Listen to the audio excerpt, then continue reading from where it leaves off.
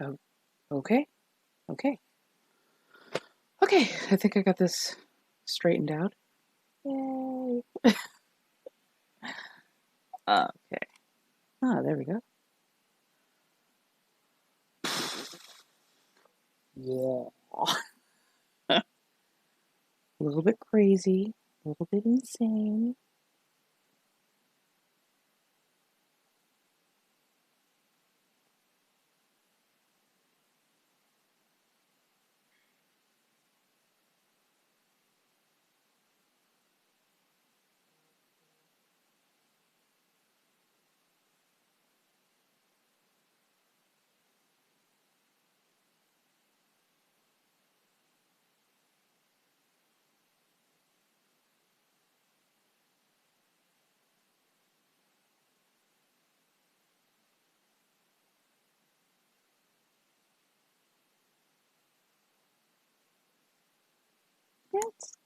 That's fair.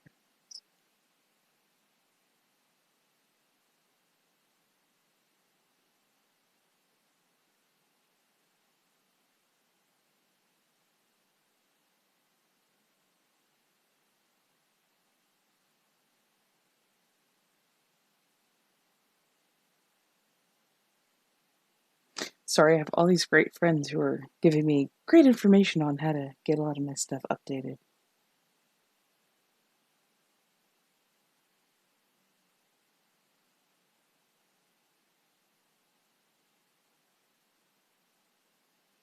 Hmm,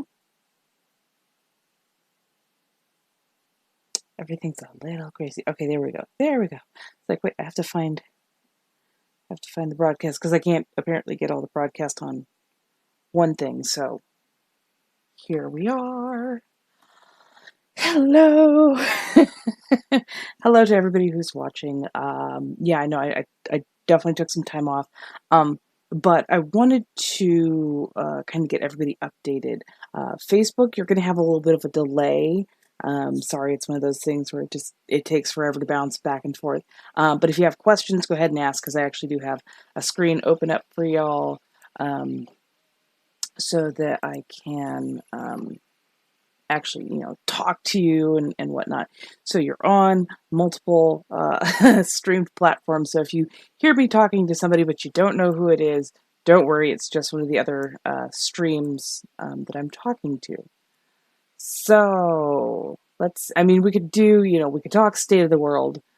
We can talk about just fun, wonderful, crazy stuff. Um, Whatever you feel like getting into, that's totally fine.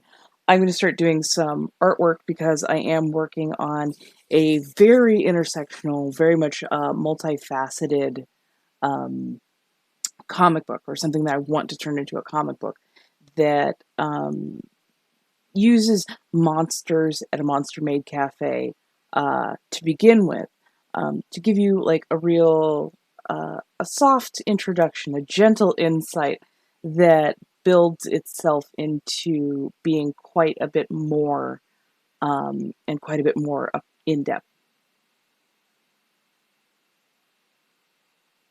Oh my goodness. Yeah. That is such a good thing. Okay, so on separate platform, because I'm just going to read this off so everybody gets the information. Um, The war on drugs in the 1980s, devastating non-white communities when it turns out that drugs were being pumped into these communities by federal agencies. Yes, the government was doing this. Um, and how they were using that to rationalize um, militarized police forces.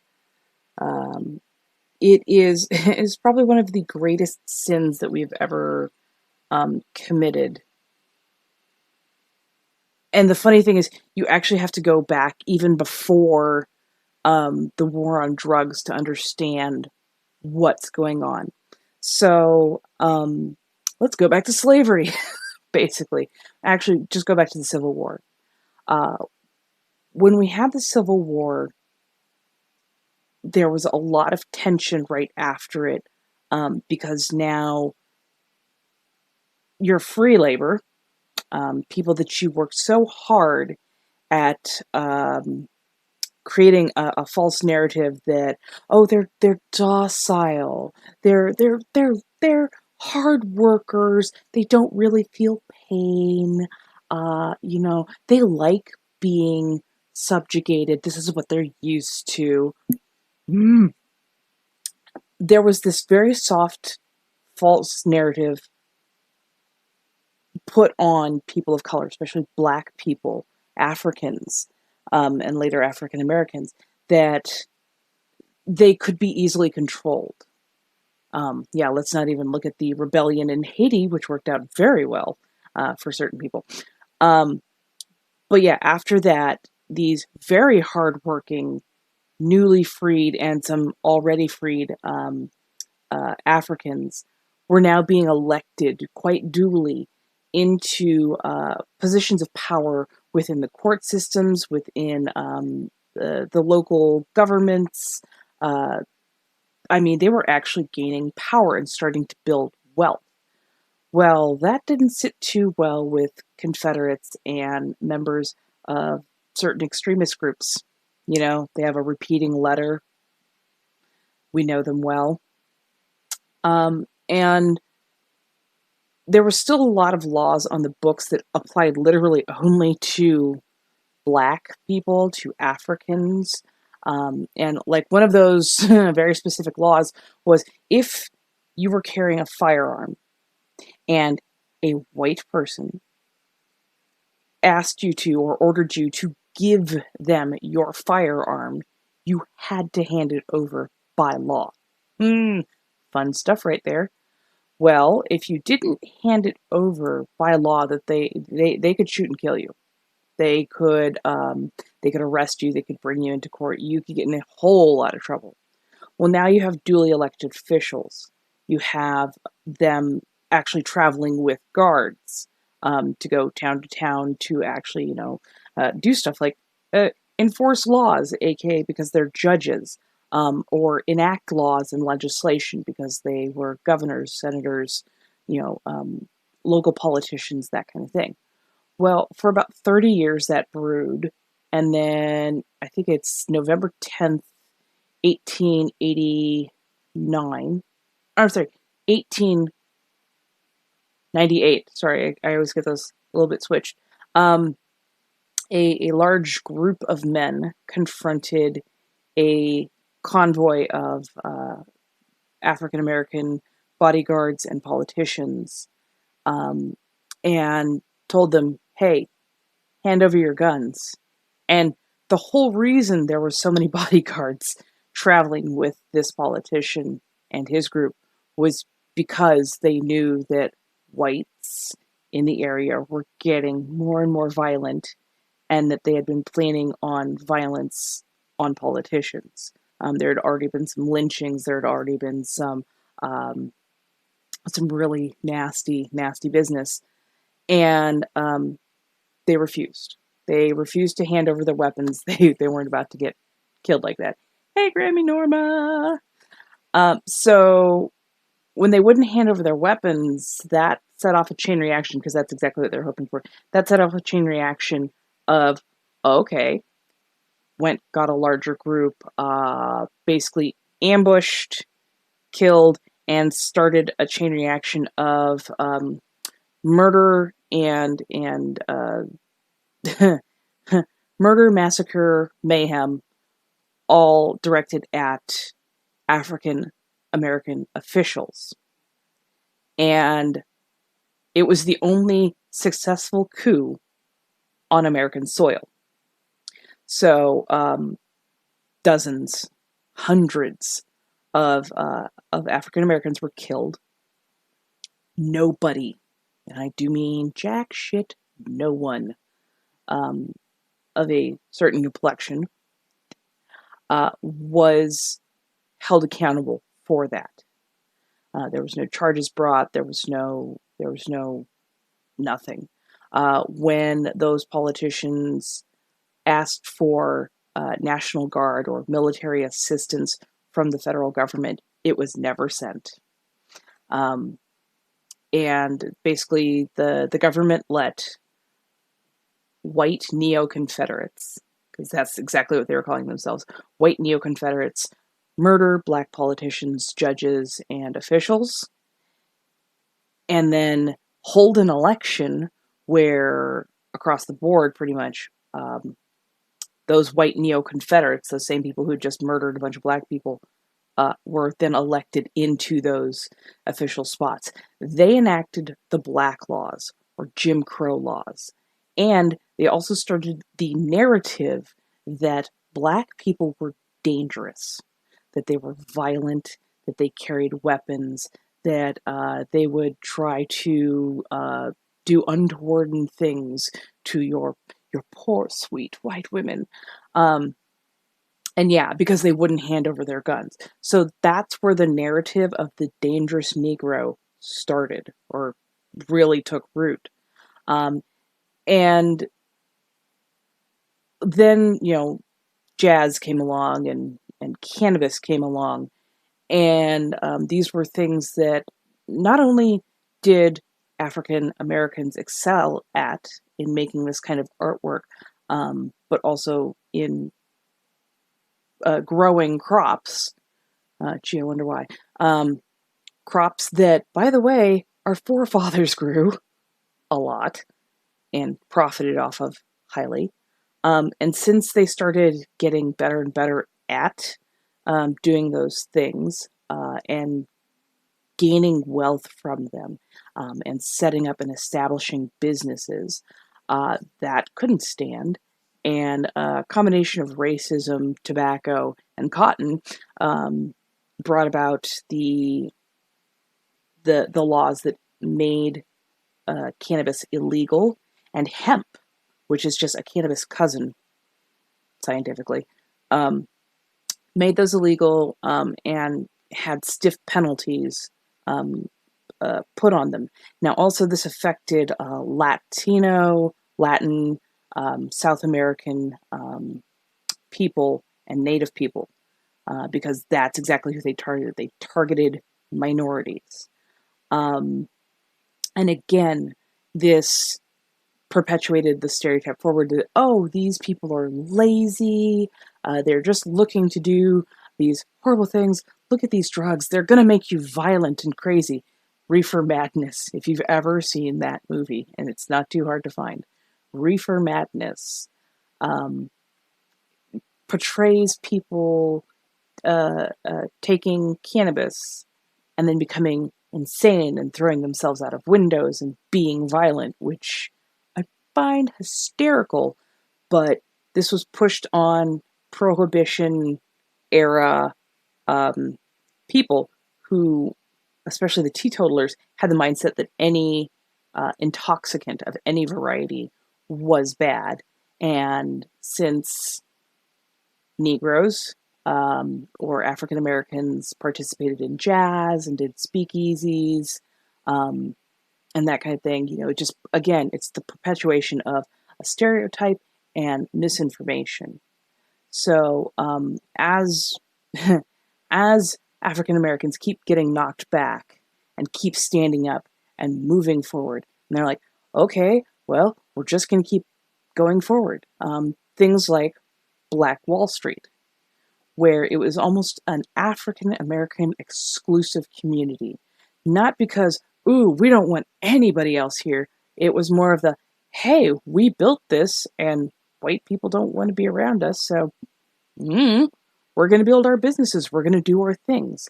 So that's exactly what they did. They built an entire town. They became exceedingly affluential and really built some wealth.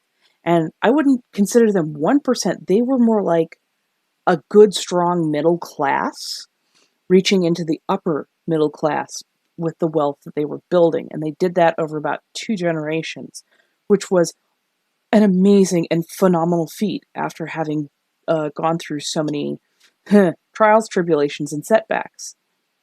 And then, and this was actually 99 years ago, almost to the day. 99 years ago, at pretty much the height of their ever increasing wealth and status building, a group of several thousand white people showed up, claiming that a young black man tried to sexually assault a Caucasian elevator. Um, I keep forgetting that. Basically, an elevator lift driver, because he used to have to do everything manually. So this young woman worked in an elevator, getting people from point A to point B. Young African American man tripped over the threshold, because those things aren't always level. And when he fell forward, he accidentally grabbed her arm, not trying to hurt her, but just he'd gotten thrown off balance, grabbed her arm. Uh, he was arrested. He was taken to jail. Um, a large white mob showed, or was going to be showing up, and people got wind of it. And so an armed group of black men showed up at the jail to extract that man, because the mob that was coming to kill him, saying that he sexually assaulted her and how dare he, and da da da. And so they extracted him and went. Yes, there was some violence. Yes, some people got killed in that altercation. But then thousands of white people showed up and burned the town to the ground. In one night, they killed at least, if not so much more, at least 300 African American men, women, and children. They raped, they pillaged, they burned everything that they could get their hands on. Um, a lot of families, a lot of people didn't even have time to return to their homes to grab just bare essentials. They left with the clothing on their backs and what little they could grab, and had to vacate as the mob came through. And the entire town, all of its wealth was leveled and burnt. And again, calls to the government, they went unheeded. Um,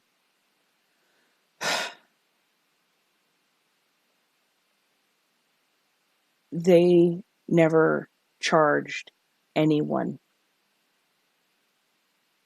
They threw African bodies into a mass grave.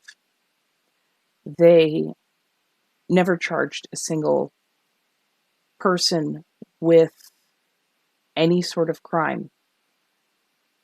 And many of the weapons that were provided to the white mob was provided by local officials, and the officials were never held accountable.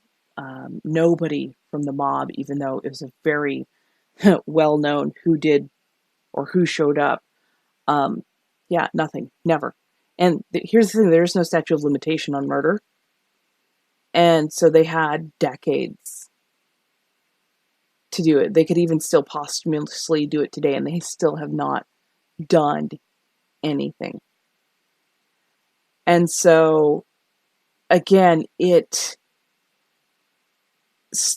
pushed forward this narrative that African Americans were violent. African Americans would commit sexual assault and then hide each other so that they couldn't be held accountable. And it just pushed that narrative forward. And then you get the bombings that they did in Detroit in the 80s. Again, there was violence there, and violence, laziness, and sexual assault always seem to be pushed on to Africans, especially African American men. African American women, trust me, that is a whole, that's a whole nother separate, very draining conversation, but we will have it at some point. The hypocrisy is pretty high. Yep. Yes. And that's the thing, is he grabbed an arm and they accused him of sexual assault. So, yeah, the hypocrisy, the hyperbole, the entirety of it all is just astronomical. So in the 1980s, actually even I think it was actually 70s. I think it started in the 70s with Nixon, and then it increased and just kept on going into the 80s, into the 90s even. So in the oh, hello everybody, welcome to my TED Talk. Don't worry, we're also going to do some painting. But yeah, in the 1970s, Nixon started having hard drugs funneled into these African American neighborhoods, especially the ones that were starting to get their feet back under them and starting to build stability, structure, and wealth. Um, these were often uh, neighborhoods that had had some influence, if not direct influence, from the Black Panthers, who set up patrols, who handed out breakfast and lunch, who made sure that school kids got to school, who had created an entire social system structure to help people get on their feet, get educated, and get things up and running correctly. Well, they couldn't have that happen because it bucked the narrative. It showed that no, African Americans were not violent. They were taking the amendments, the Bill of Rights, and actually working with them and doing it. So, since they couldn't have that stand, since the federal government couldn't have that stand, they pushed hard drugs into that area. And instead of making them the hard drugs that were expensive, because that was seen as somewhat chic at the very least, not necessarily applauded, but seen as being, oh well, you have to be a person of means in order to afford stuff like cocaine, the good stuff, I should say. Um, they pushed instead a very cheap, rough, dirty version called crack. Sorry, I'm having to talk about this stuff. So when they pushed this hard, dirty drug, it was cheap. It was highly addictive. It had some really nasty physical and mental ramifications, and it did cause violence. But beyond that, it destroyed your physical being. So yeah, yeah. Hello, Saint Vigus. I mean Saint Saint Savagus. Sorry. Yeah, no, it honestly, uh, America is a giant experimental map, and the people that they experimented on were usually minorities, people of color. And when I say people of color, I don't just mean African American. I mean anybody who was considered a minority. So for a while, the Irish were actually considered a minority. They were not considered white. They weren't considered white until they started actually teaming up with African American and Asian, and then suddenly the people who are in power are like, "Oh, we can't have that. Oh, you're white. Why are you hanging out with them? You're white. Look, our skin color matches." It's like, but legally under the law, oh, okay, it's a whole thing. But yeah, they jumping back to the 1970s, 1980s, they pushed this hard drug in. They found they found some rather undesirable people who were already a part of the community to push those drugs. They allowed those drugs to be distributed, to be sold, to really seep in. And then they would arrest the people who were the addicts. They didn't necessarily arrest the people who were selling, who were distributing, who were going out there and making it happen. They went for the people who were already addicted to it. And they didn't treat it as if it was an illness, which they would have done for people who were Caucasian. They treated it as if it was criminal. And that was the major difference. If you were Caucasian, you were so much more likely to get a second chance, be given an opportunity to join the military or to go into rehab.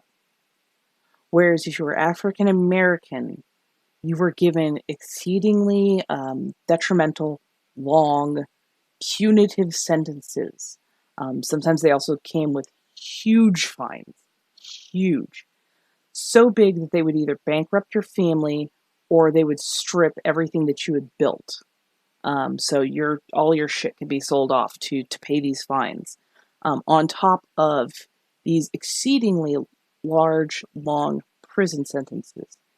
Um, Beyond the crack epidemic, which was treated as criminal, you had the very soft uh, marijuana. And again, marijuana, cannabis, had the same usage rates amongst Caucasians as it did for non-Caucasians.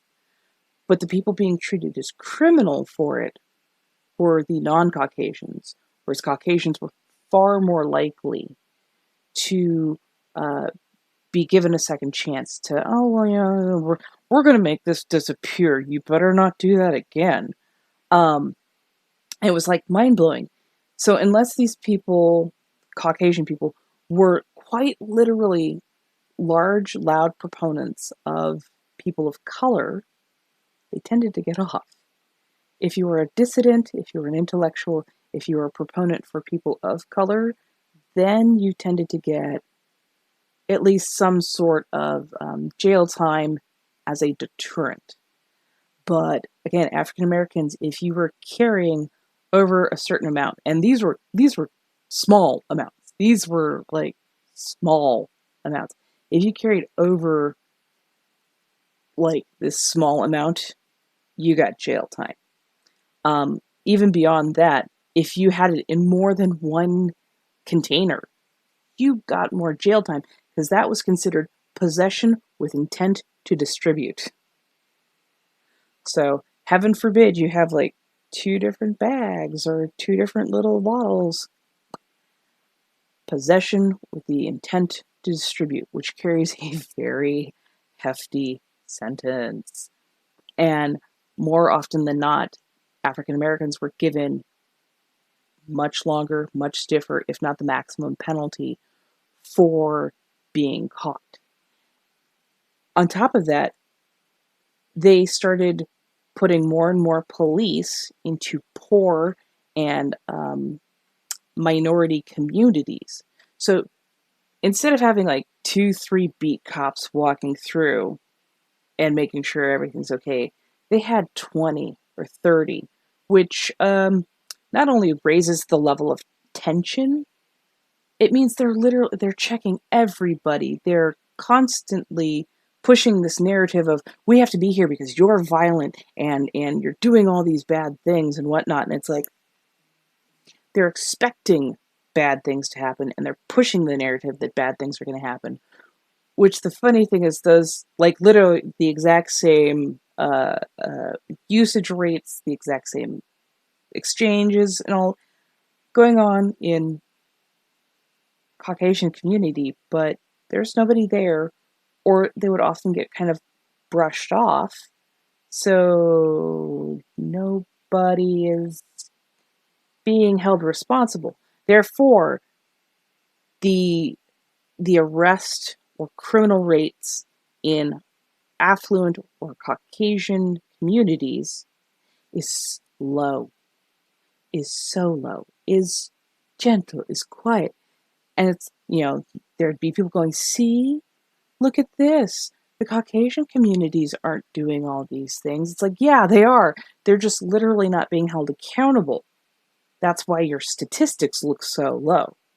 Versus, hey, over here in the African American community, which you were keeping really ramped up, super stressed out, just the entire time, of course their rates look much higher because you have people who are constantly there looking for every little last thing, catching every little last person, like over-policing, and I mean, that just feeds into the American prison system, which is it's a whole nother beast.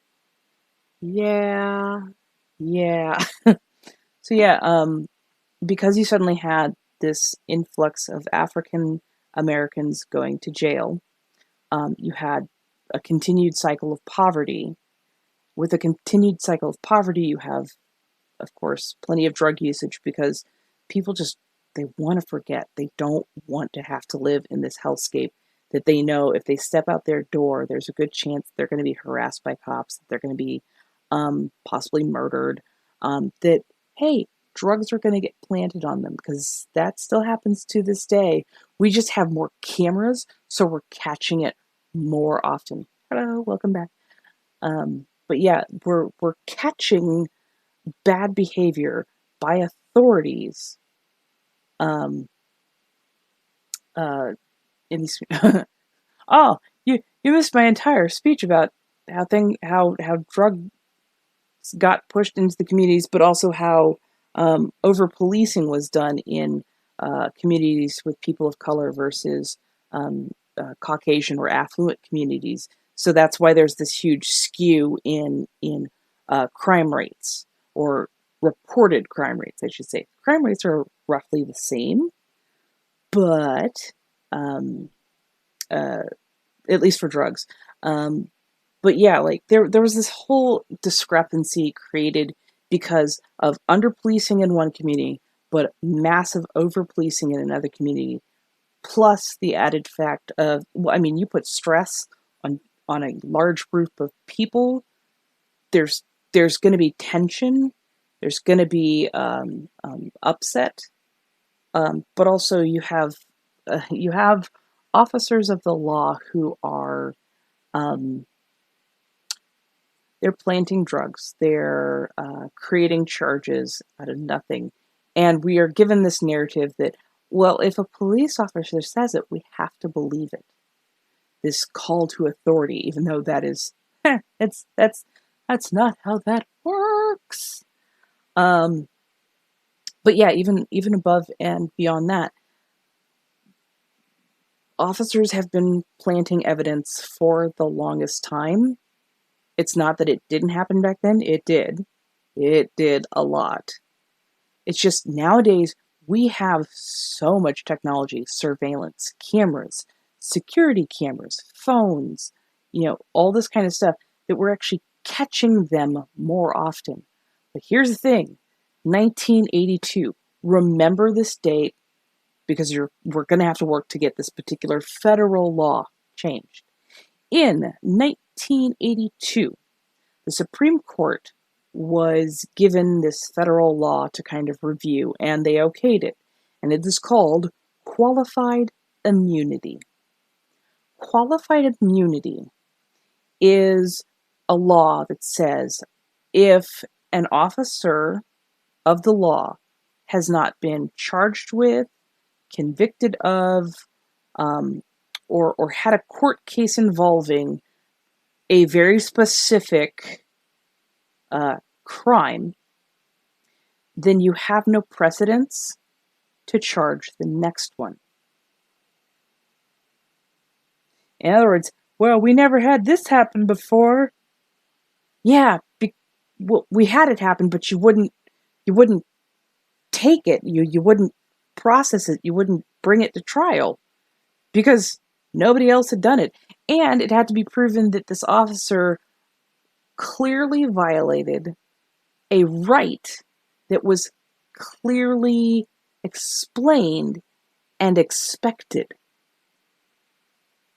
So in other words, if I'm talking about my Second Amendment right, and I am carrying a firearm on my person, and a cop goes, "Oh my God, you're carrying a firearm. We're going to arrest you."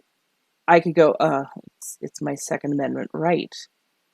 And they could go, well, where does it say that you can have this specific firearm? Because certain firearms are illegal. Other firearms were not illegal. Look at the Black Panthers. They carried AK-47s, or military-styled rifles, because a lot of them had been in the military. But yeah, Ronald Reagan banned assault rifles because Black Panthers literally kind of showed up on the Capitol doorsteps and went, "Hey, what you're doing is not right, and we're practicing our rights as American citizens to carry these, and we're just letting you know we're going to protect our communities because obviously you're not going to, and a lot of the people you keep sending in are super corrupt." And yeah, and then suddenly assault rifles were banned. Yeah. But yeah, like, so this whole, oh, okay, you have similar gun laws, but your gun laws are actually a lot better because they're better spelled out. And they are like across the board. Yeah, but you have to serve in the military, I believe, in order to have a a firearm, which I'm sort of okay with that. But our military is a whole other clusterfuck. Um, but yeah, you have training. You're required to have training, and you have military training. Over here, you don't have to have training. That is frightening as hell to some of us. Um, Without that training, there's no training, there's no licensing. Oh wow. Oh yeah, we have no training. We can. Oh god, this blows my mind. We can buy children firearms. We can give children firearms. They make firearms that are specifically sized for smaller individuals, aka children. But yeah, we don't have to go through any of that, and that's crazy to me. Yeah, yeah, and that's the whole thing. You're trained. You're thoroughly trained. You're wonderfully trained. America does not have that. America does not have that training. We are not taught these things, and it is not required in order to purchase a firearm. Now, you have to keep the ammunition separate, correct? Sorry, I'm speaking with somebody from Switzerland who um, uh, has firearms because they were in the army. They were taught how to use it. There's a whole thing that they got to go through. But yeah, it's like, oh no, you don't have to keep it separate. Okay, I might have been thinking somewhere else or just gotten misinformation. So I'm glad that I'm being corrected. Um, but yeah, you guys get all this wonderful training, and this is why I super support. Like, if America had Switzerland's model, or at least closer to Switzerland's model of um, how to own a firearm, you have to be trained for it, all that kind of stuff. I'd be happy. I'd be happy if our laws were that. Our laws are so, and none of our laws tend to be federal when it comes to firearms, which is a huge problem because if you have one state who has very, very strict laws, Illinois, and then you have the next state over, like literally a 10-minute drive across the border, and they have very lax gun laws, well, guess where you're going to get an influx of firearms from? Yeah. Yeah. Yeah. I have more faith that the Swiss people would actually do something smart as it is. Hey, you've seen what's going on in America. Which, yeah, the shit going on in America right now is terrifying. Absolutely terrifying. And I'm, people can see, I am brown. I am, I'm mixed. So I'm half black, half white. But I look like whatever color of brown person a person either really likes or really doesn't like, which can become highly problematic for my own safety. But I also sound exceedingly white. So yeah, it's we had curfew for the last couple of days, and I was honestly afraid to go out and work because I do delivery right now as I'm doing artwork and a bunch of other stuff to like create my own self-sufficiency. Um, but yeah, I was afraid to be out, like even step out my door after curfew, which some days was 6, some days was 9, some days was 5. We wouldn't know until the day or even the hour. And I never got notifications on my phone. So I was relying on other people. I was like, hey, what's the curfew for today? What's going on? But yeah, I was afraid to be out and about because um, we have white supremacists in the area that I live in.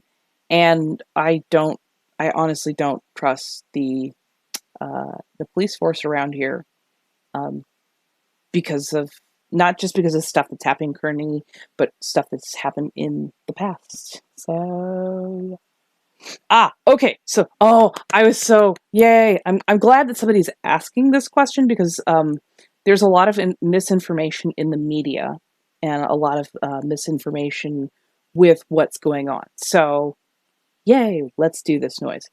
So yeah, it's absolutely a shit show. Um, the man who was killed, George Floyd, this whole thing didn't just start because of him. It's something that has been building up for years and years and years. He was the catalyst to, like, it was the domino. It was the last step that we just had. Just like, oh my God, no, just no. Because it was so blatant and so egregious with literally no recourse. And it was a whole lot of, you know what? No. So the protests, which they are not showing, and that pisses me off on so many levels. The mass majority of the protests are perfectly peaceful. The people, perfectly peaceful. They are not doing anything other than marching or chanting or laying down on the grass or on the street. And at a lot of these protests, you even have to get permits for.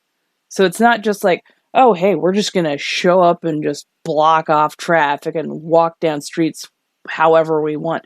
No, a lot of them you have to get permitted for. You have to like notify the community, hey, we're going to be doing this. We're going to be here. If you want to show up, cool, awesome, blah, blah, blah.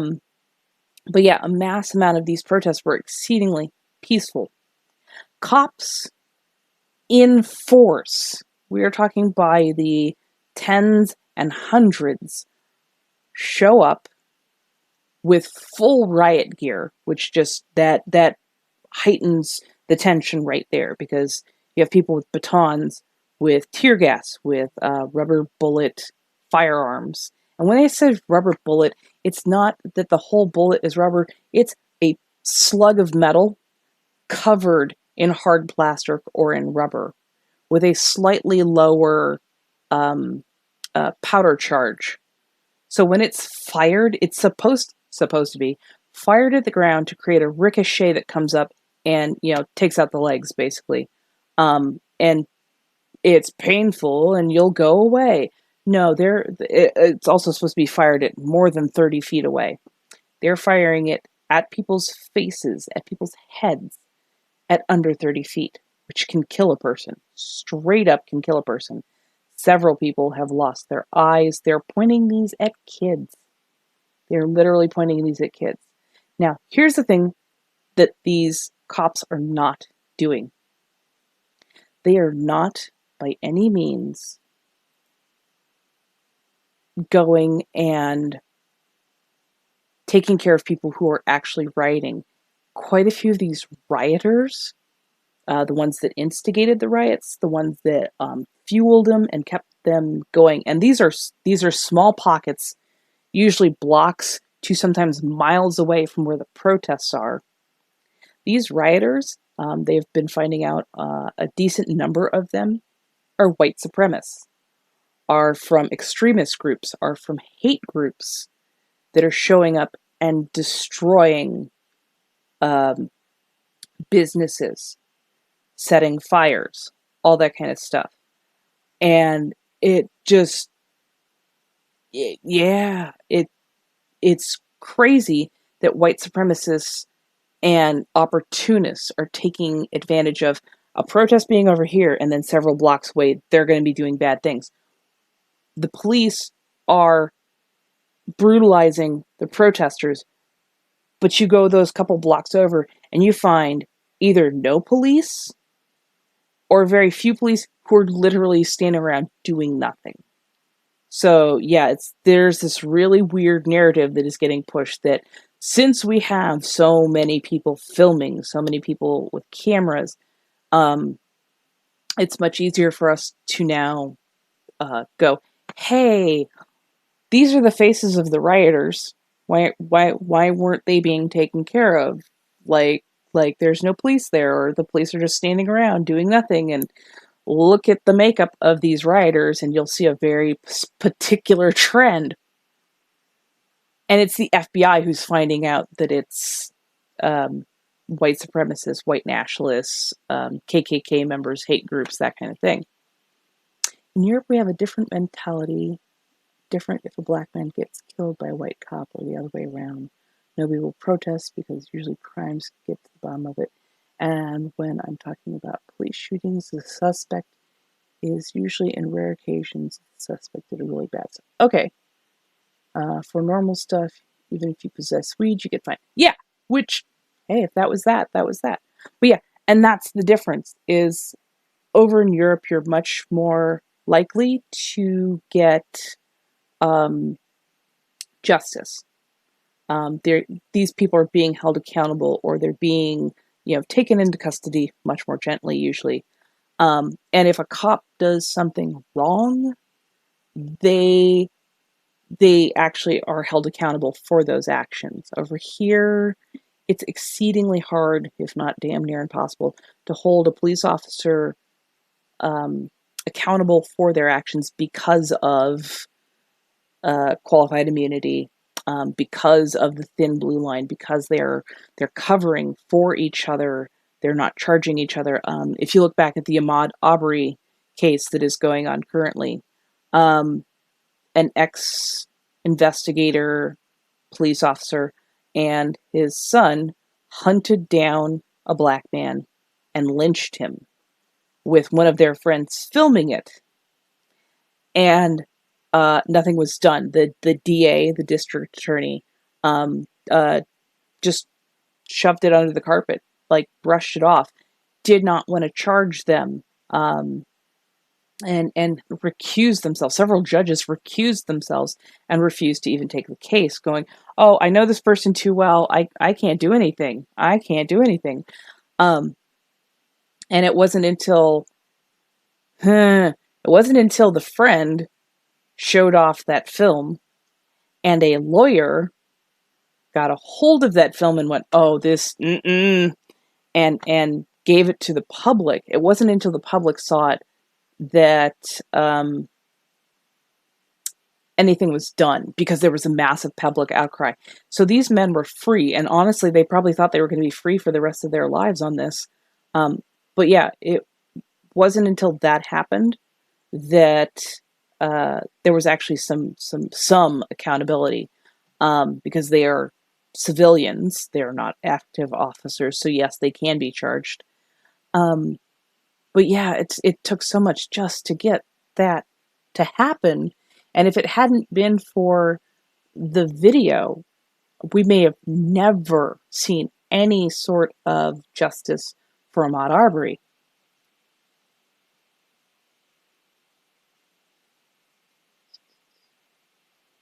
Yeah, civilians. Honestly, I think civilians would cooperate with officers more often if there wasn't just this massive and repeated breaking of trust and breaking of social contract. Yeah, we can't even talk back to police over here quite often.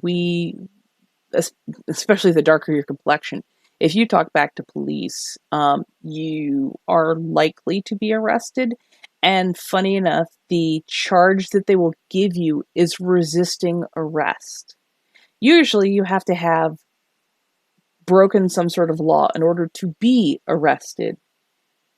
But the very act of being arrested is now being used to charge you. You committed no other crime, but because you refused to be kidnapped, you are now being charged with the crime of resisting being kidnapped. Trust me, it doesn't always make sense here either. Hello, Grammy. Oh, we've been having such a good conversation. I haven't even hardly picked up a well, I haven't picked up a brush, but I'll pick up a brush soon, I swear.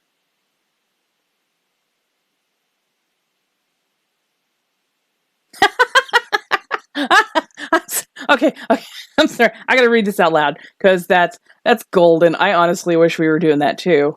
Here, I'd like to think. I'd like to think, especially in my country, nobody has time to write since our mentality is set on chocolate, cheese, and gold. I wish that was our mentality. I wish we had the privilege of being able to just focus on that and do that. Because honestly, Americans are so creative. Americans are feisty, but for a reason. And if we were simply given the the the freedom and the general good faith trust in society that hey, you can go out, you can be creative, you can do things, you can just chill and relax, and do good things. I honestly think we would get so much more done because we are industrious, we are crafty, we are productive. But right now, it's so difficult to do that because of everything that goes on. And so, yeah, just it looks like it's a powder keg. It's sad that, ooh, that's a big block. It's, don't worry, I'm just backtracking a little bit. It's sad that being 100% peaceful and calm doesn't do anything. Yeah, yeah. And right now we actually, if you go to change.org, there is a petition to get qualified immunity overturned because it's out of freaking control. It's been 40 years and this is just unacceptable.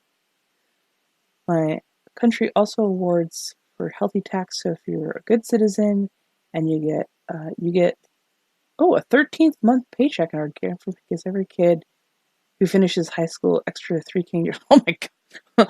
Honestly, oh my god, that would be amazing to have some sort of even a minor basic universal income or some sort of guarantee that the government understands. Hey, you're working hard. Let's help you out just a little bit to take a little bit of that strain off. Like, huh, we could get so much done if we would just treat our people like people instead of like serfs. That's what we're doing. Hey, Uncreative! How are you doing, dear? Like the petition called Make LGBT Conversion Therapy Illegal in UK. Oh my god. Yeah, we have that over here too, and that's so needs to be made super freaking illegal. Cause oh man, that stuff will get you killed. That stuff will honestly get you killed. Government responded with, government is committed to ensuring all citizens feel safe and protected from harm. We work to deepen our understanding and to consider all options for ending the practice of conversion therapy. Yeah, no, I'm with you, Grammy Norma. There really is only one solution: outlaw conversion therapy. That shit's horrific. That is literal torture. It, there's a 50% kill rate for people who go through conversion therapy. They either die in conversion therapy or commit suicide, unfortunately, in conversion therapy because of how horrifically torturous that process is. And it doesn't work. It's not a thing. It's not a thing. Oh my god. We get to have two. I'm sorry. This is from Saint.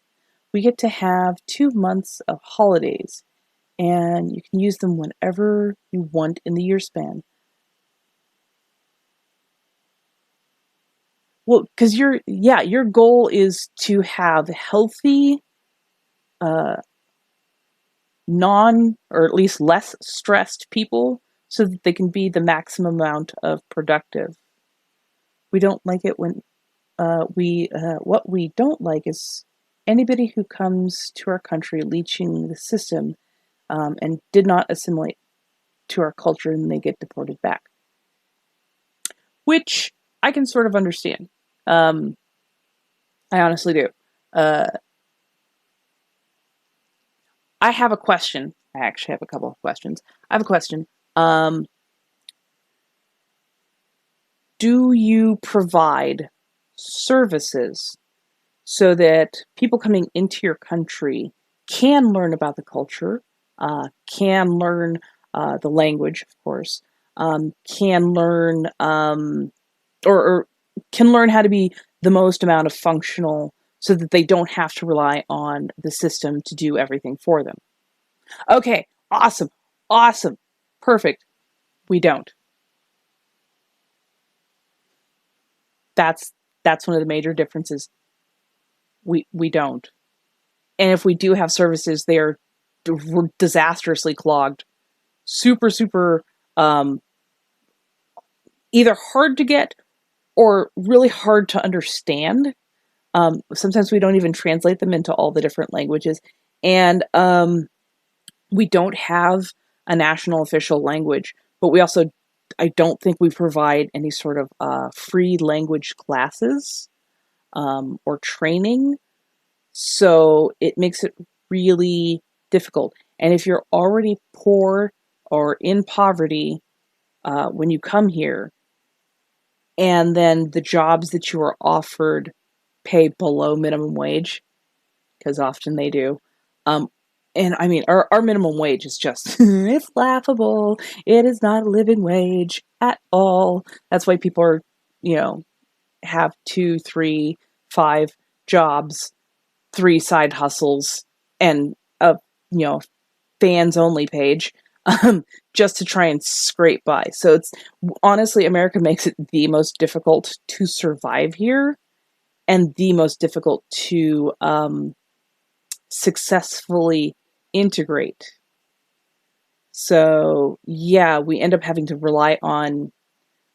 The funny thing is, most immigrants, you can't even get a lot of the services that are provided for citizens of the United States. So yeah, it's a long, confusing. Can I use the word clusterfuck? Because that's what it really feels like. But yeah, it's super difficult, and we don't have a streamlined system. Because if we did, I think we'd have much better productivity, and things would be a lot easier, a lot easier. But again, you have certain haves and have-nots, and the haves are making it really difficult for the have-nots to even get on even footing, let alone step up so that they can elevate themselves so that they aren't, you know, either falling through the cracks or holding on to the edge of the system, as it were.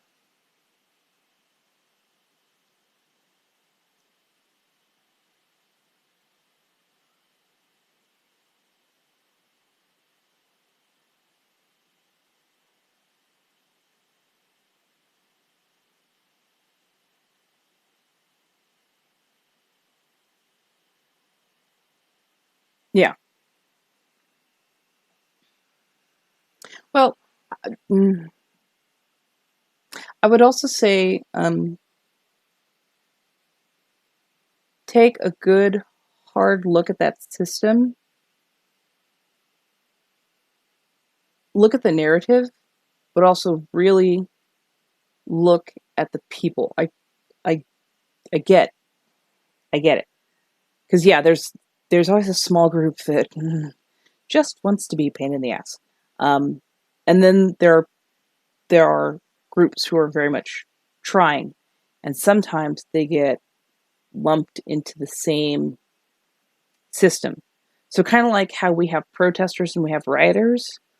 Well,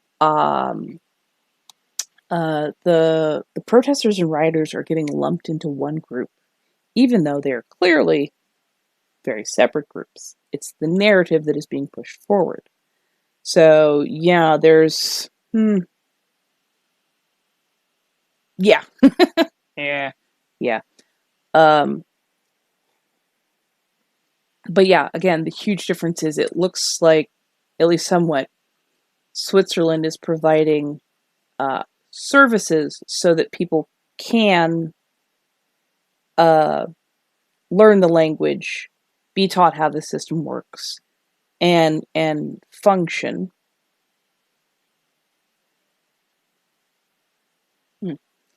And then there are, I'm sorry, I lost train of thought on that one. Don't ask. But yeah, when you're given the resources to understand versus not being given any of the resources, there's the huge difference. That and trying to understand American culture is, I have to laugh at that because there's so many different cultures. And I'm not just talking, oh, well, you came from different parts of the world. No, no, no. I'm just talking, there's so many different cultures within America. And the culture that has been pushed for the world to see is it's not evenly distributed. It's not evenly uh, uh, it's not even level. We put on a facade, but how we treat our people, very, very different. So it's definitely one of those things that is difficult, to say the least. And since we're not all on the same or even footing, there's an issue. I wish we were all on the same even footing because that would make it a lot easier. Um, Especially seeing as what gets pushed forward is often the narrative of the aggressive or othered um, person. And by othered, I mean, hey, you're not from our country, or you're not from our culture, or, you were different in some way. Therefore, you must be doing something wrong or bad. Like I have, okay, let's get controversial here. Yeah, and I do mean that. I have no problem with Muslims. I don't, because a lot of American Muslims are wonderful people. They are sweet, they are kind, they are some of the first people, along with the Sikhs, going out and providing food and clothing and aid for those who are hit by disasters, for the homeless, for people who are in trouble or in peril.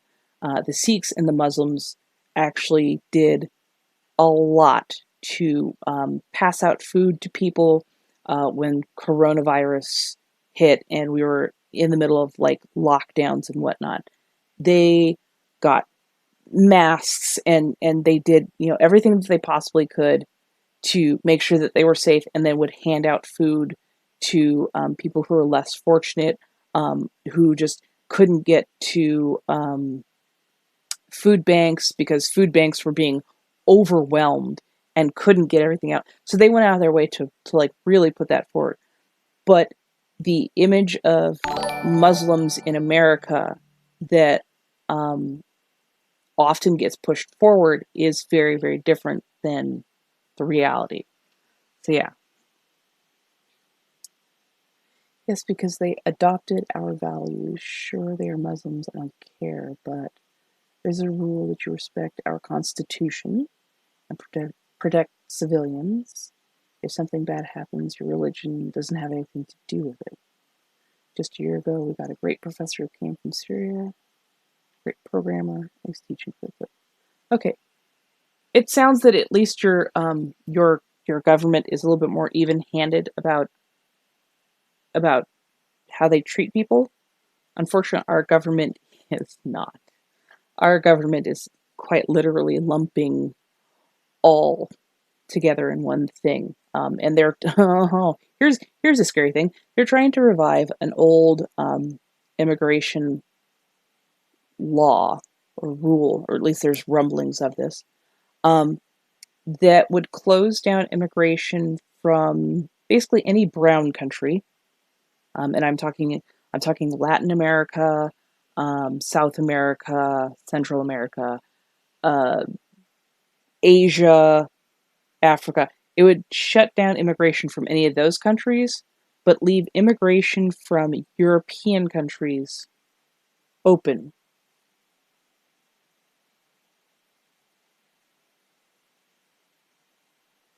Yeah.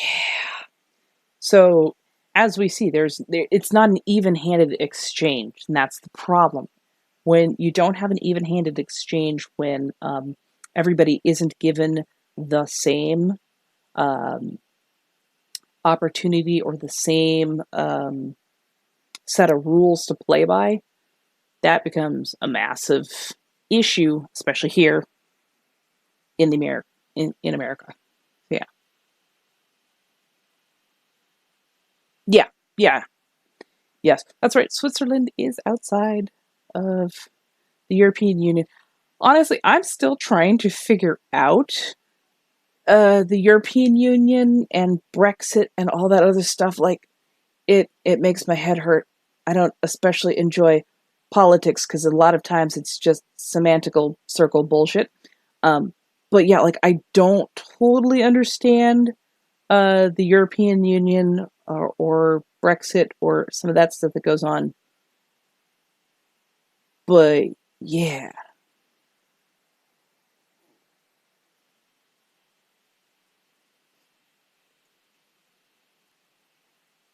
Hmm, I have thoughts on that, but they're tongue in cheek. And then they're not needed. They won't interject anything into that. See, and our problem is in America. I'm gonna speak from the American perspective.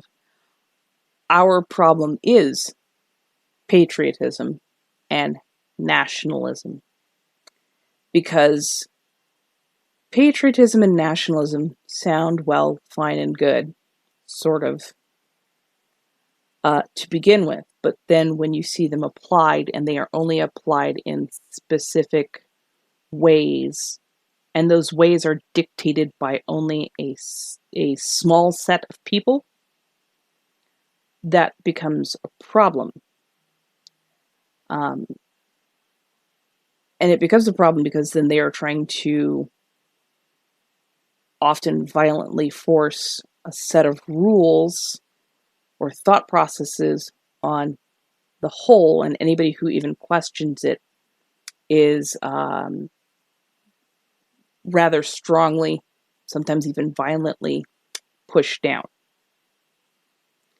So I would rather see a mix of different cultures and an exchange, I should say, an exchange of different cultures and understandings, and then, being able to slowly, integrate and, hey, let's see what works here, what works there, with a good amount of, y'all can choose what you want to do. Just like straight up, here's a set of rules that don't break, basically the Bill of Rights, and it's all good. UK is apt to. Beyond that, I don't know much about the EU. Okay, so I'm not the only person who doesn't know too much about the EU. I have people who are over in England, in the UK, who are across the pond, or even our hat from America, and this is why I love doing this kind of thing, because we're having a conversation. Dialogue needs to happen in order for us to understand our cultures, our thinking, and seeing if there is room to move, or if there is a need to change.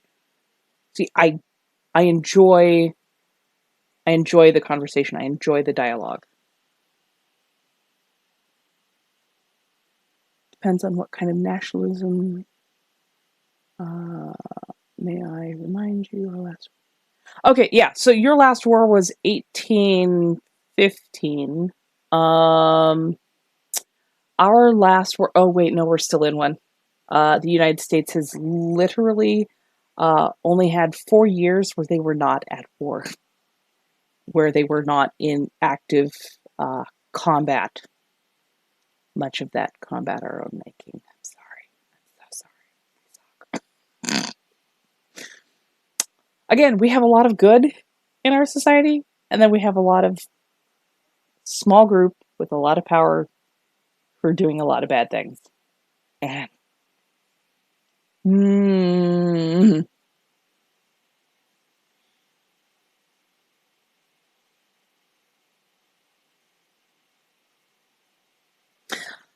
okay. Oh, okay.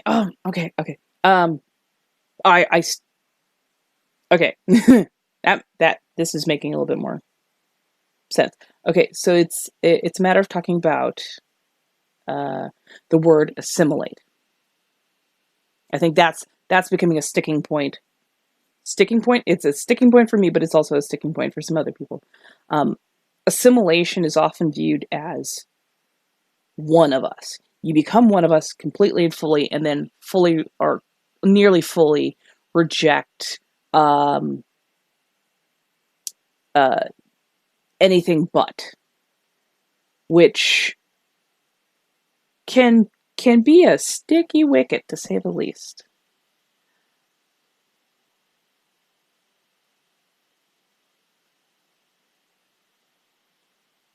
Uh, yeah, so it's creating a hierarchy. It's creating a hierarchy of which is better. Is it better that you identify with your ethnicity as Syrian, or is it better that you identify with your nationality as Swiss? Which, if you are a person who has never had to give up your identity, then you would not know the level of you wouldn't know the disparity or the discrimination or the struggles that come with being told that you have to give up who you are, who you identify with, your culture, your traditions, just your core value. And one's personal identity is very central and very key and very, very, very much um, a part of who you are, like to a mental level, to a brain level, um, and being told, hey, you have to give this up and throw it away, that creates a lot of internalized turmoil and internalized stress. Um, so I am African American. Why? Because I'm half black, half white. But I am beyond that. I'm pansexual, which means I'm queer. I'm part of the LGBTQ identity. And for the longest time, I was told, you can't. You can't be this. You can only be straight. You can only identify with this. If you identify with anything but being hetero, straight, if you don't if you don't show and fall in lockstep with everything that is heterosexuality, that is heteronormative, then you're a bad person. You're a horrible person. You are demon possessed. Yeah. And so for the longest time, I thought I was a horrible person, and it caused a massive amount of turmoil because I found myself attracted to not just men or not just the opposite gender. I found myself attracted to a lot of people. And I just like, hey, wow, this person's really awesome. Oh, nope, nope, nope, nope, nope. They're not a man. I can't do that. I'm a horrible person. So there's a lot of psychology, a lot of mentality, a lot of mental that goes in to one's identity. And to be told, hey, you have to jettison this all, and you can only mention it in passing. Just got to push it down as much as you can. You got to push it down. That can be seen as not a good thing. That can be seen as what is the word I'm looking for? Because I know it's out there. But yeah, it's seen as suppressing who you are, and instead of living your truest self and celebrating who you are as a person, as varied and diverse as you are, yeah, that can become a problem because, mm, great example. Let's go back to Germany. We're talking like which part of what I'm talking about. Germany. Um, you had to suppress a certain thing, and it just the steps that you had to do got more and more and more and more and more because they were trying to obliterate who they were. Same thing happened over here in the States with the Native Americans. Not even just African Americans, because yeah, African Americans got to do Native Americans. So when the colonies were set up and when all the horrible, horrible, horrible things we did to Native Americans here. But yeah, as we got into putting them on reservations, we took away their language, we took away their culture, we took away their religions, we took away their art, we took away their clothing. We literally, as the American government, we went in and removed their children. Thank you. I was trying to remember the names of them. They were called residential schools. So these children were torn from their families, kidnapped, honestly, straight up, um, taken to these boarding schools. Their hair was forcibly cut because Native Americans, their traditions, their cultures, they grow their hair out long and often put them in these beautiful braids. And their hair has massive cultural significance to them. These children were taken, their heads were forcibly shaved. They were not allowed to use their native language. They were beaten.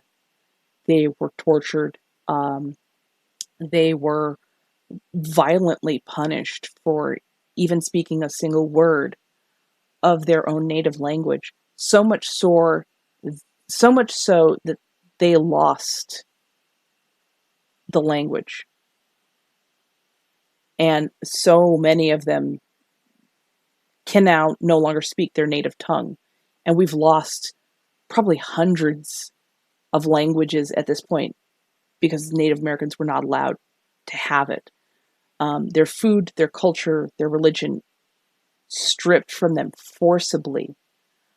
They are now finding mass graves of Native American children who were uh, beaten to death or killed at these residential schools because there was such a huge push to erase the Native American cultures, identities, languages, and everything.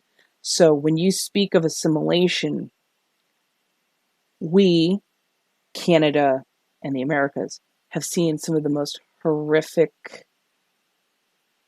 instances of what assimilation can do. And even trying to think of another person having to go through that in another country is very uh, painful. Yeah, there was still residential schools in Canada into the 90s. I think it was well into the 50s and 60s in America. You could buy a Native American child for $10. And I don't mean, oh, we're going to sponsor you to go to school. No, I mean literally you could buy a Native American child from one of these residential schools and and own them. That was their adoption. And they were adopted out almost exclusively to white families. So there was an entire violent systematic oppression of culture and of a people because they were deemed not American. even though they were literally Native Americans. They were here first, and if not for them, the settlers that came to North America, to what would become the United States of America, they would have died. The Native Americans helped them make it through the first couple of winters.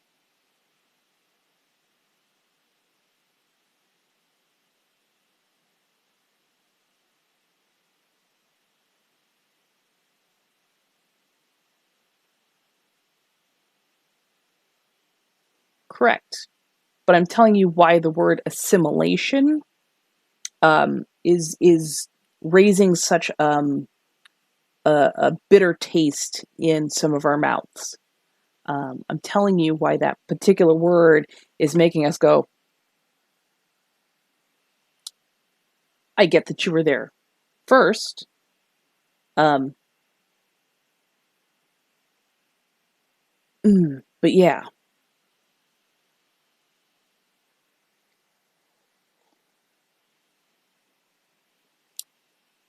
it's one thing to teach culture, it's another to stamp out or erase someone else's culture.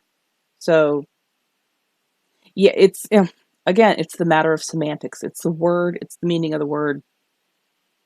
Um, it's the difference on how it's interpreted uh, between everything.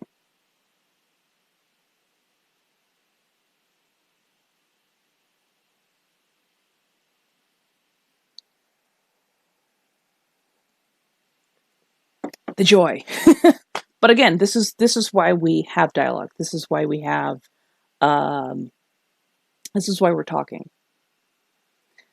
If we're having dialogue, if we're talking, at least there's a chance that mm, oh oh no no no okay I'm gonna correct you. I'm gonna correct you real quick. It's Native Americans. No. Native Americans. They're not Indians. Indians are literally from India. It was a misnomer that was pushed on them. They are Native Americans or First Nations people, and we use that very specifically because of everything that has gone on. So yeah, and it wasn't. They didn't fail to protect anything. Okay, they were nice and they were hospitable, and it got turned on them. They were poisoned. They were given things that we now know are biological warfare. They were given things that made them violently ill, that decimated their populations, and mm,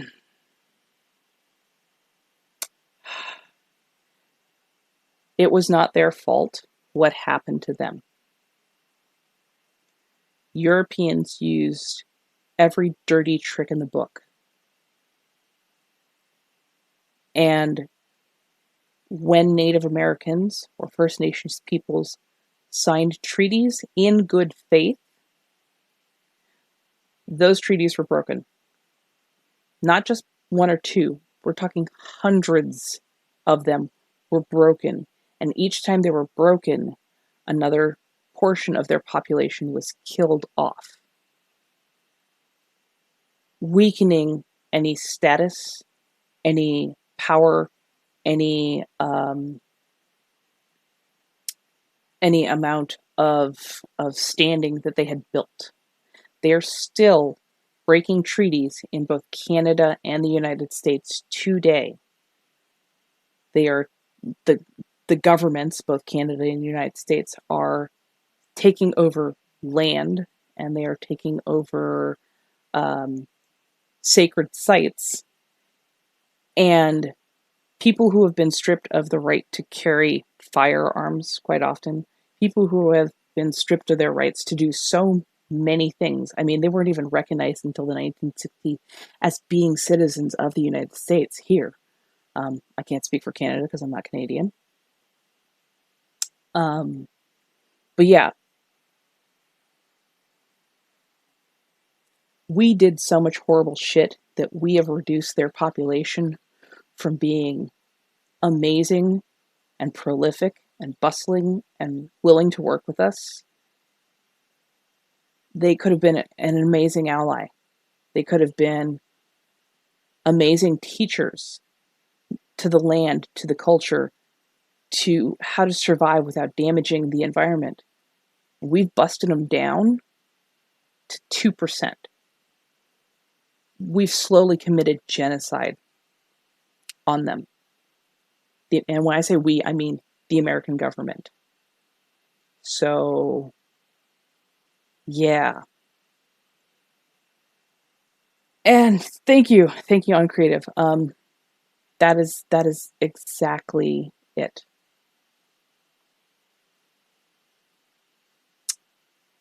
They weren't simple. That's the whole thing. They weren't simple, they were honorable. When colonizers came here, they helped them. They gave them food. They taught them how to farm.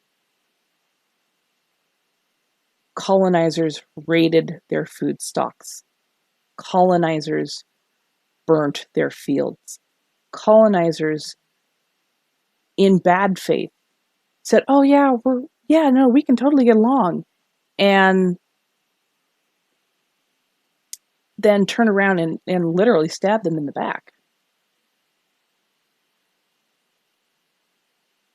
Yeah, because they were honorable amongst themselves.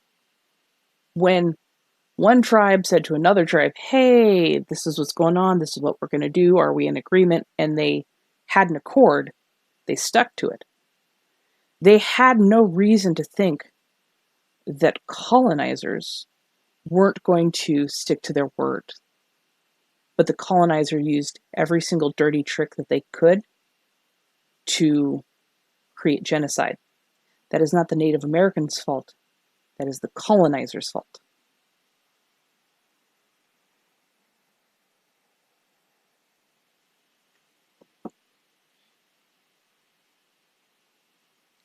And I'll tell you right now, because I'm trying to be understanding, because again, there's a difference of cultures and thought processes here.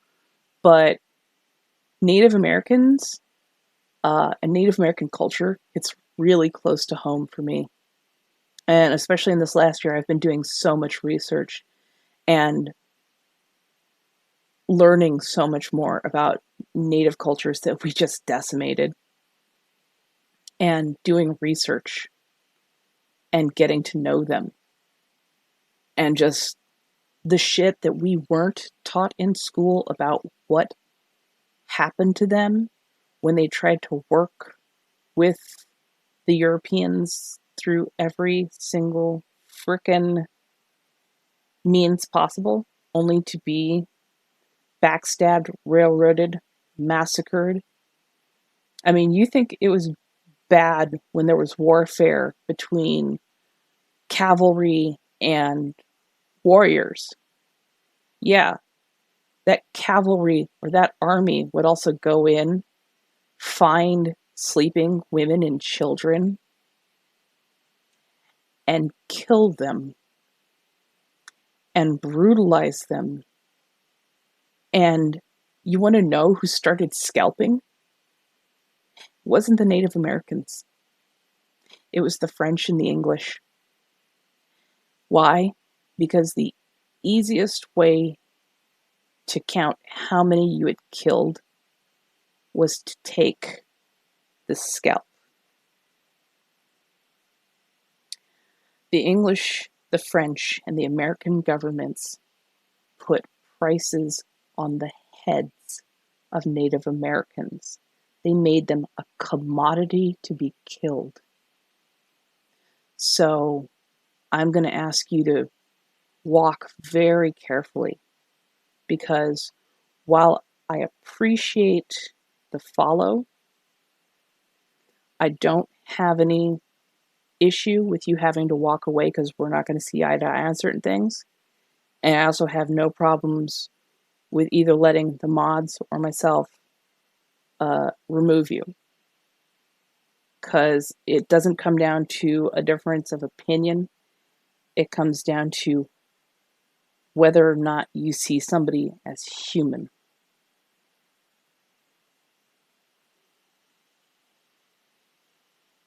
They didn't know they were being invaded until it was already way underway. It wasn't about love. It was about honor. They didn't want to believe that all colonizers or all white men coming over were evil. They proved these poor Native Americans very wrong, but also the the Europeans that came over spread disease. And if it wasn't for the diseases that they spread and let take hold to deeply decimate the population till the population was literally 10% of, between 50 and 10% of what it used to be, they would have never been able to conquer the Native Americans, because it was shown time and time again where Europeans came in, interacted aggressively with Native American cultures, and I'm talking South America, North America, from Canada all the way down to the tip of Chile, where they came in and acted aggressively before germ warfare had been used. They got their asses handed to them. They got sent home packing. When they brought over their illnesses that Native Americans did not have any sort of immunity to, because Europeans were a cesspool, when they let those illnesses have a couple years to go through and decimate the population, especially decimate the warrior population, that's when they were able to come in and do the most damage after they were already severely weakened. So,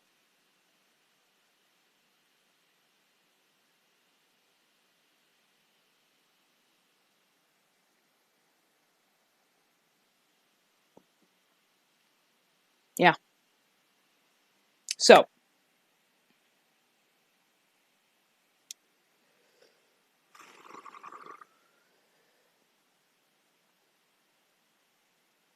you know my thoughts on this, and we can continue talking, but if you continue treating uh, Native Americans as less than, for having honor, for uh, trusting that Europeans would abide by the accords that were set out and agreed upon between both parties, if that's your thought process, you're not going to want to be on my channel, because as much creative stuff as I do, as much gaming as I do, as much artwork and fun stuff as I do, I also very much, very passionately talk about stuff like this and bring to light the history of where I live, which a lot of it is super not pretty, especially when it comes to minorities and people of color. Yeah, yes, our high schools are woeful, woeful in the amount, or I should say, lack of education and information they give. So much is left out of curriculums, not just for Native Americans, but for African Americans. For, dude, the amount of participation that Latinos had in our Civil War, or I'm sorry, not Civil War, in our War of Independence, you would never know that Latinos funded the War for Independence.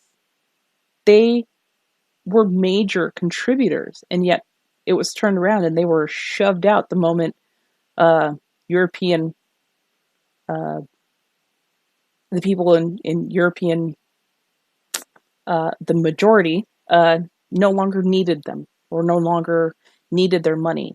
So, yeah.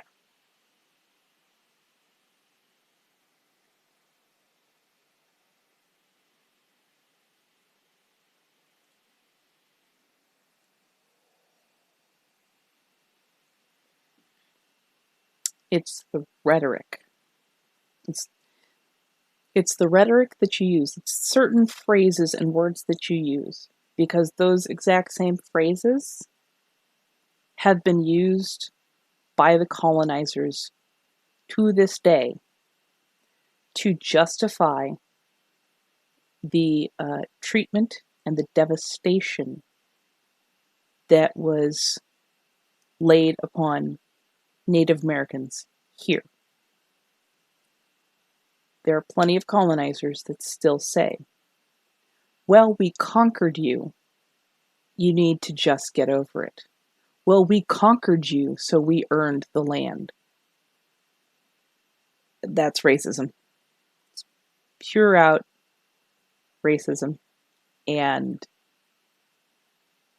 that mindset, especially since that mindset is still so prevalent here in the Americas, North, South, United, Canada, everybody, because that mindset is still so very prevalent, and because that way of thinking is still used so heavily to justify the mistreatment of people of color and Native Americans, that's why it's a touchy frickin' subject. We are now very much more keyed into listening to or looking for key phrases, talking points, because we know that those talking points carry a whole lot of bad shit behind them. So when we hear them, oh yeah, you better believe that we're taking note and getting ready, because we know that those are loaded words that are going to be possibly used to hurt people. We know a hell of a lot better now. And that's why we are far more sensitive to them being used.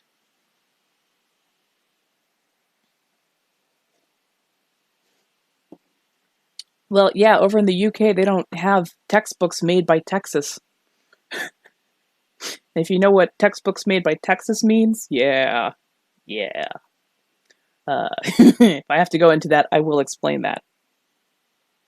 But yeah, ooh, the craziness. Actually, let me see. Do I have? Oh, I do.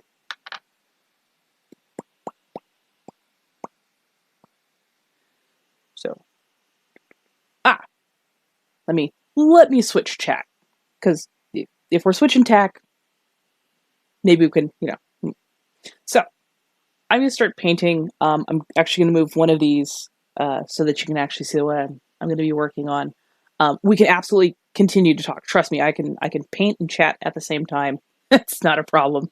I'm gonna take a quick bio break. I should be back in like 5 minutes or less, and I will grab stuff for painting, and we will work on a couple of different things, because I actually want to show you guys not just a concept, but something that I'm actually working on making into a comic book or a publication, because I think it needs to happen. So, yeah. Okay, I will be back.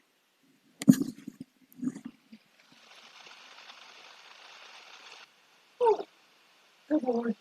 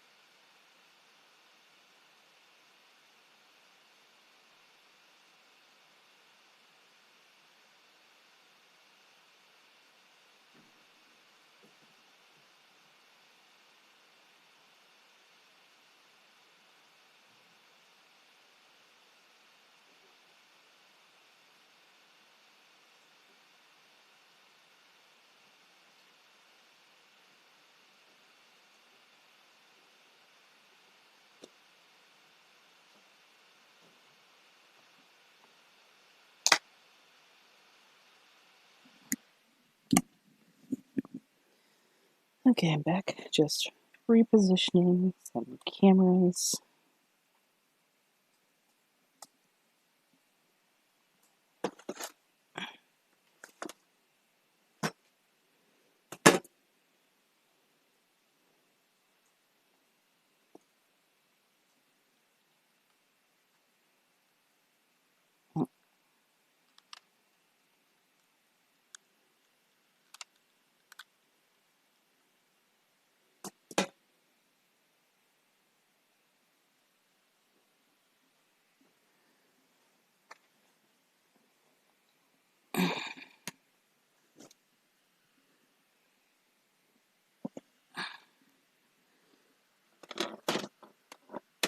Sorry, moving some things around because there's some chaos and miasma.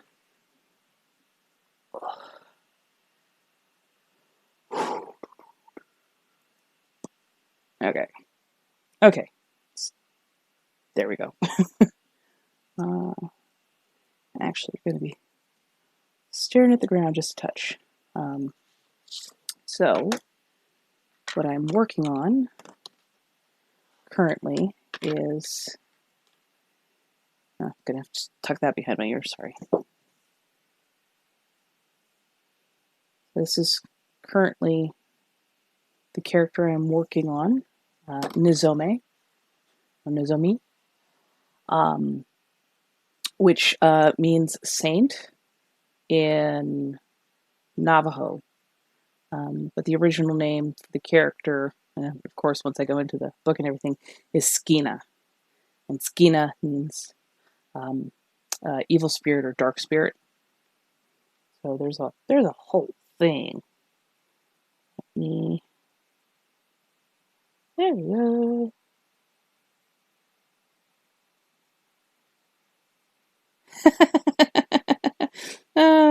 I'm so glad. I am people on Facebook who are watching, including one of my most favorite teachers ever. She taught me so much and honestly made me look at, made me really look at how I viewed the world and how I not just interpreted the world, but how I took it in, how I really thought about it, how I analyzed it. And it wasn't that I was doing it wrong, it's that I wasn't going deep enough. And so, yeah, I took a lot of things at very much a surface level, but didn't really delve into it. And this teacher taught me to like really look into it, delve into it, think about things more critically and analytically, and look at not just, hey, this is happening. They made me look at the why is this happening. Because why something is happening is a huge thing. It is massive. Yes. If you have not yet talked to your friends and let them know about me, I am Dame Red Bento. You can find me all over social media. I am currently working on a website with somebody, or I should say somebody's working on a website for me because they're awesome. And so you'll see a lot more of my stuff kind of centralized, but I'm here on Twitch, on Facebook, on YouTube, and a bunch of different streams. I usually do put in a mature content warning on my streams, not because there's going to be anything sexy, racy, untoward, or anything like that, but because we speak about sometimes very deep or sensitive topics that have a lot of passion to them. I also sometimes curse like a sailor, so there's that. But yeah, I enjoy that you guys are here. I like the fact that we are having a conversation. That doesn't mean you're not going to get taken to task. I do have a couple of mods. I'm going to talk to them about guidelines, but let me tell you to everybody here real quick about guidelines. You can ask me anything. Doesn't mean I have to answer it. You can bring up all kinds of different wonderful, great points, and we can have discussions and conversations on them. I don't tend to indulge racism or homophobia or practices like that. I'm trying to do this without cursing because I really want to. But yeah, I don't tend to indulge those politely or kindly for very long.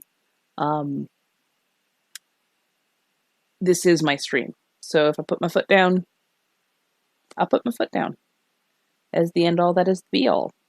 Welcome to it. Same with if you ask a question and I go, yeah, I feel that's too personal, I'm not going to answer. Or if you ask somebody else a question and they go, yeah, that's too personal, I'm not going to answer. That's perfectly fine. That is honestly perfectly fine. Because you can have the answer of, no, I'm not comfortable, and not have to go past that. And if that is truly something that you can't handle, if you can't handle being polite, if you can't handle not trying to push certain subjects or rhetorics once you've been called out on them, then it's okay for you to leave. I'm not going to be offended if you leave. I'm just also not going to indulge certain things. I will give you warnings. I will be very clear about what's going to happen, what's not going to happen. And if those are violated, hey, well, you know what? I have a block button for a reason. I'm an old crotchety ass woman, so I got no problem with blocking people. It is what it is. It's not to create an echo chamber. It is to create a space that is safe and is not going to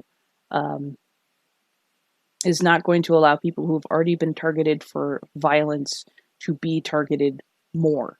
So there you go. Anywho, let's see. I've got this. So I am using like the world's tiniest brush. I know you can't even see that in focus, but yeah, that's how small the brush is that I'm using. Because there's like a lot of fine detail that I would like to get functional and working, and I'm always trying to better the craft that I am doing. And I've learned with watercolors it takes time, a lot of time, and layers. So many layers. But yeah, I am working on a monster made cafe. I want to make this into a comic book or a web series. I am not totally certain of which I want to do first. So I'm, of course, exploring my options as I usually do. And to me, it's so much easier to use monsters as a perfect analogy for people who are othered. Because so many monsters actually started out as spirits and gods and guides for cultures, and other cultures came in and kind of rewrote the lore, the mythos behind them, and skewed how these once peaceful, guardians or guides were viewed. A great example of that are the Ruselki. The Ruselki were river guardians and spirits who helped with prosperity, with crops, with just, day-to-day prosperity in village life. And then the culture got invaded. And when the culture got invaded, they brought in their own gods and they made their gods the important thing and treated these spirits, these guides, this religion as the enemy. And the best way to do that was the misinformation and relabeling these creatures as monsters and as being dark, as being evil, as being undesirable, um, and anybody who would follow them as being violent and savage and pagan or heathen, and literally killing people at points for following these Hello Witch hunts. So yeah, I mean, there's a lot of that. So I want to actually explore a lot of mythos and legend and culture. And one of the best ways to do that is by also noting that, hey, there are people involved with all of these things, and these people are, of course, often misunderstood. So who's going to be labeled as other? Who's going to be labeled as not good and whatnot? And so I've gone through, and I have such a wide variety of casts, but each of them do represent um, different already othered people. Trying to think of like the best example. Like, okay, so Sagina, aka Nozomi, is a skinwalker. Skinwalkers are shapeshifters. They can transform, but they have a very negative connotation in Native American lore. But there's other stuff that you're going to learn about Nozomi that will change the narrative. I have an African American woman who is also a shapeshifter. She's a werewolf, and she is in a long-term relationship with a Caucasian person who's a vampire, but they're also intersexed. So yeah, it's going to be so fun and amazing to do, but it's also going to be very interesting because it's a wonderful allegory. Wonderful allegory, but it's also, I mean, there's going to be a ton of social commentary. So it's going to look light and fun, but there's going to be a lot to it. So, oh yeah, that's right. Certain portions of this I am not touching because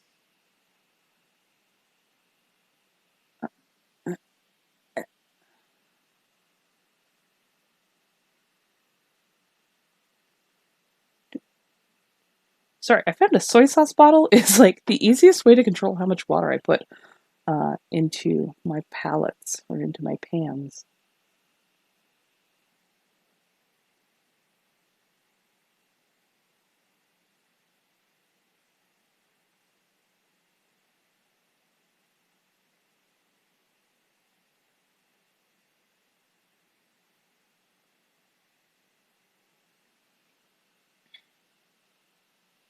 So yes. Anybody else have questions, thoughts?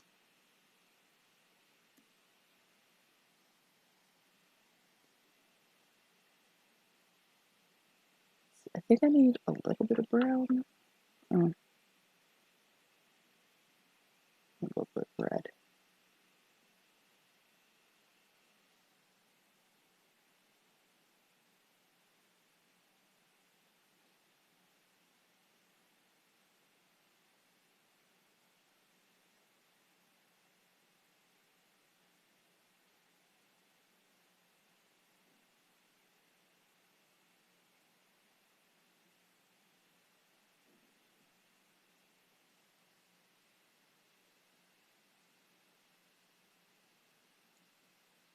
So yeah, I I got a gold leafing kit because I have an amazing ionic girlfriend. Hello, Ionic girlfriend, I love you. So yeah. I was gifted a gold leafing kit, so I actually now have what I need in order to do um, a very particular background that I wanted to do for this character.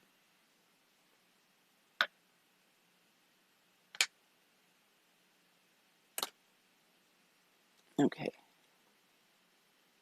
Upgrading the brush. Actually, I need to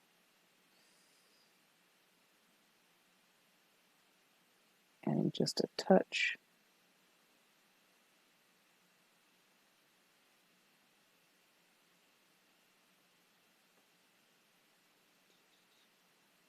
Not necessarily trying to flood the pans, but yeah, there we go. So watercolor is a very interesting medium. It's often used to be light and ethereal and all that kind of goodness. In order to get something that's a bit more opaque, you need something called gouache. And gouache is much like watercolor. It's just, it's more opaque. It's a little bit heavier, a little bit deeper.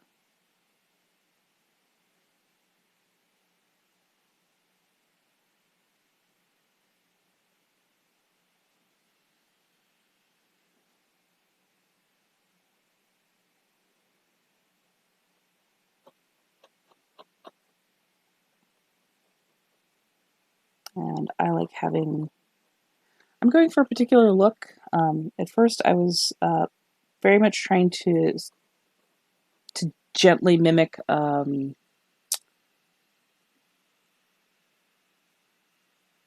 Mack. David Mack. Sorry. I don't know why my brain went blank. So David Mack is the creator of Kabuki and Cover and Alias, I think is the other one. No, Infidel. He's done just a ton of stuff. He's an amazing artist, and he's been in the industry for a very, very long time. And I've had the pleasure of meeting him a couple of times, and just total fangirl, total freaking fangirl.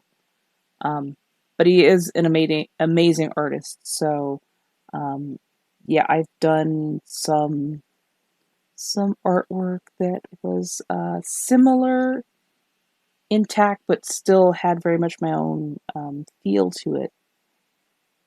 And that's what I'm doing now. So I'm still kind of getting legs to my particular art style. I combine um, styles that are very much Western comic book, but also inspired by manga and anime and doshishin, because hey, that's what I grew up with was manga, anime, video games, like nerd culture. I came up with nerd culture for frickin' everything. Like, oh my goodness, I've been gaming since I was 5. So yeah, I mean, there's that. Yes,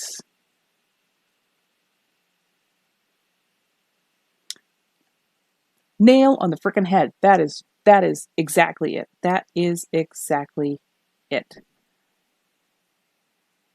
What we do today in the media will have ramifications for how, especially young people, interpret um, a medium or even the world around them.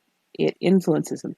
I mean, why do you think we have so many people who are just ready to fight the good fight, to fight things like racism? A huge amount of that is the fact that we have Katniss Everdeen and Captain America and so many other great um, examples in media where a person who would normally have power, clout, or more privilege is stepping outside of that privilege that was possibly even given to them just so that they would uphold the status quo. They're stepping outside of that and going, no, what's going on is not right. We have to fix it. And people are like, why are these young kids so ready and willing and able to step up and deal with this stuff? Why aren't they afraid to step up and be heard? Why are they pushing so hard? You gave them like 20 years worth of stand up for what's right, even if it's scary, even if you might get hurt or killed. And this formed how they think about the world and interpret the world. So to think that these kids weren't going to, pick up on strength and perseverance even through extreme hardship. Hello, Hunger Games. Like, how could you not? Yes, absolutely. Well, it's not even just that they're super impressionable. Kids are a blank slate. Like, and I'm not even talking, oh my goodness, like 14-year-olds blank slate. No, no, no. Kids from a young age are a blank slate. They want to know how the world works. They want to know the rules of the society and how do I live within it.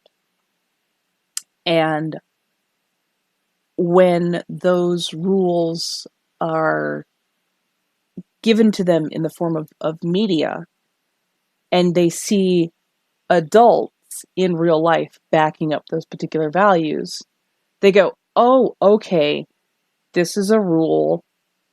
The adults approve of this. This is the way society should work. That's what I'm going to live by. So, all the adults who took their kids to see Hunger Games, they saw a person who was at a disadvantage, but willing to step up and do the right thing and persevere, even though they were literally in a war zone. Even though people around them were being killed, they were still ready and willing to do the right thing. So now you have more and more teenagers and young adults stepping up to do the right thing because they were given that example.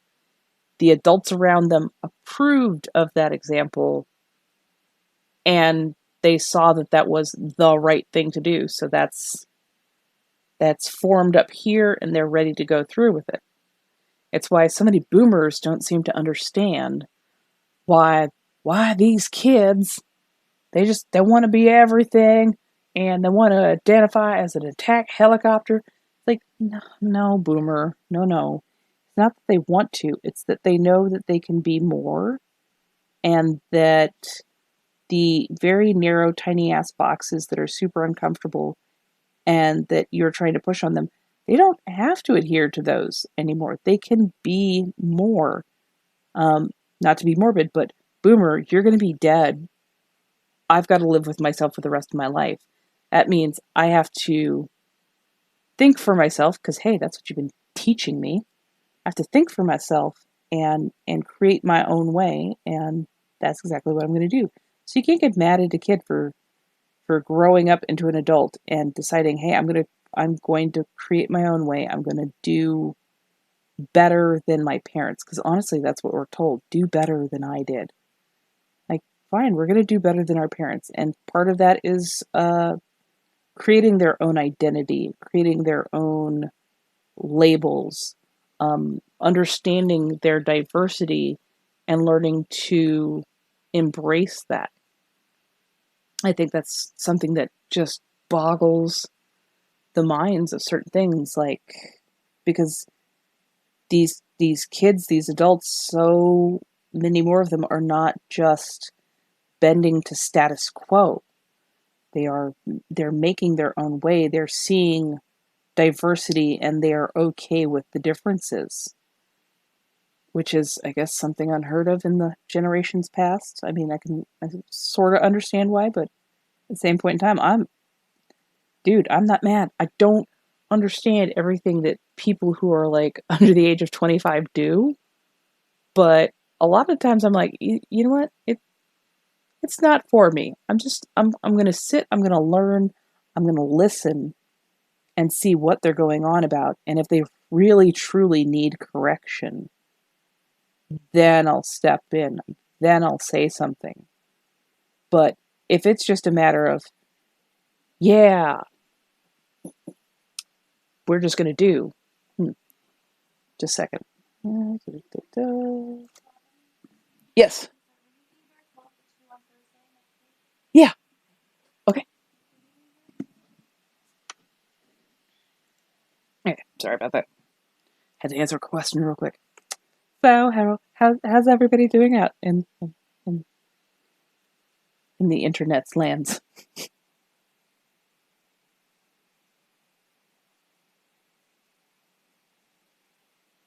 And yes, I do realize that I'm using a pinstriping brush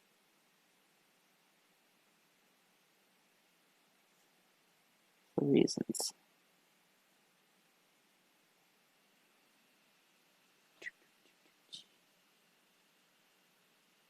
I'm slow. You have to, praying especially. Like, I like praying because it doesn't go on quite so heavy.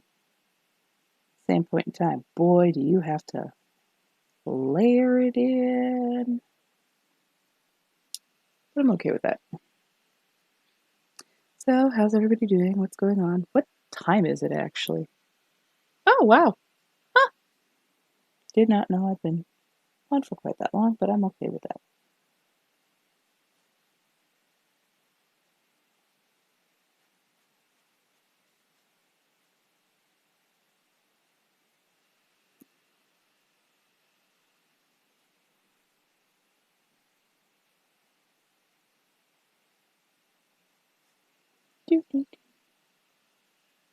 So let's see. Today is Friday. Uh, hmm.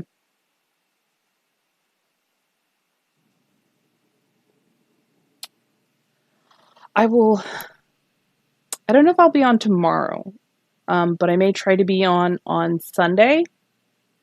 Um, and this is no promise I'm going to be on every day, but since I am actively trying to get some of my watercolors done, um, I may clock in and do some streams much like this.